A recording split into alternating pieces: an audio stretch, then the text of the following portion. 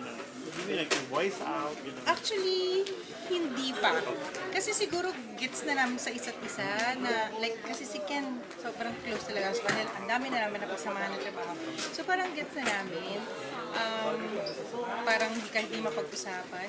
Pero may time din na parang small talk kami na sinasabi ko na ako, okay itong love team nyo. And I hope it will remain like this. If ever, yung tumagal, magkaroon ng staying power. Kasi minsan, di ba, nandiyan tapos biglang nawawala, nasisira. Pero I feel na they're really okay. They're parang perfect yung Yes, pero on the personal level, may advice na binibigay sa kanila, not just on the love team side, kundi yung sa pagiging personal. Kasi si Ken, very obvious naman na, di ba? Mas si Ken transparent. Yan. Wala pa naman kami napag-usapan gano'n. Although lagi kong sinasabi, parang maayos, hausayan niya ganyan. Kasi, at saka lagi kong sinasabi sa kanya na I'm really blessed to have to be na may chance ako to work with them kasi mababait silang bata. And sabi ko lang sa kanya, dapat huwag kayong mag-change. Like, love team or not, you should really remain good as good friends at saka dapat lagi professional. So, pero sa kayo, di ba, yun yung age na yun na masyadong intense. Mapusok. Correct. Hindi ko naman nakikita. Hindi naman. Although, syempre, makikita mo na they like each other, di ba? Pero nandun pa yung may bawal eh. So, tingnan natin, di ko alam. Ako rin kasi fan din ako nila eh. So, nag-aabang din ako eh.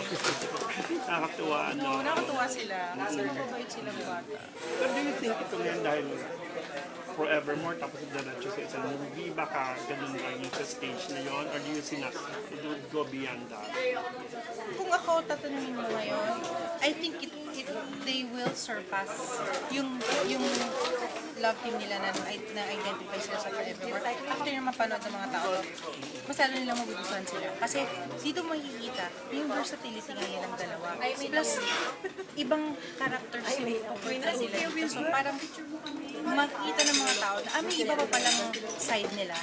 As hindi lang yung sa TV. So ako naniniwala ko na magtutuloy-tuloy yung fans nila.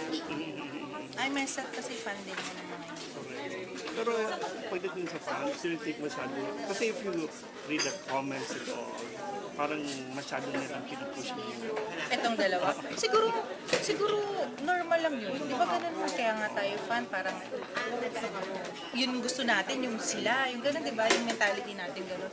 I guess wala namang talagang masama doon kasi okay sila eh. Eh yun naman ang purpose din natin, pati entertain, tapos na magkaroon tayo ng mga tao na magiging fans natin. And successful sila doon. So, sana nga magtuloy-tuloy talaga. Sana hindi ma-break. Thank you. Thank you! Thanks!